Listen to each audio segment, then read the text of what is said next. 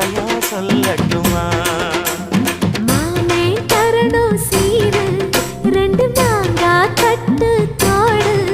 நீ சிரிக்கிற தங்கத்தேரு, ஓ தேவை என்ன கேளு. வெடல புள்ள நானும் ஒரு விவரம் கேட்க வேணும். தன்னானே தாமரப்பூ புள்ள தள்ளாடும்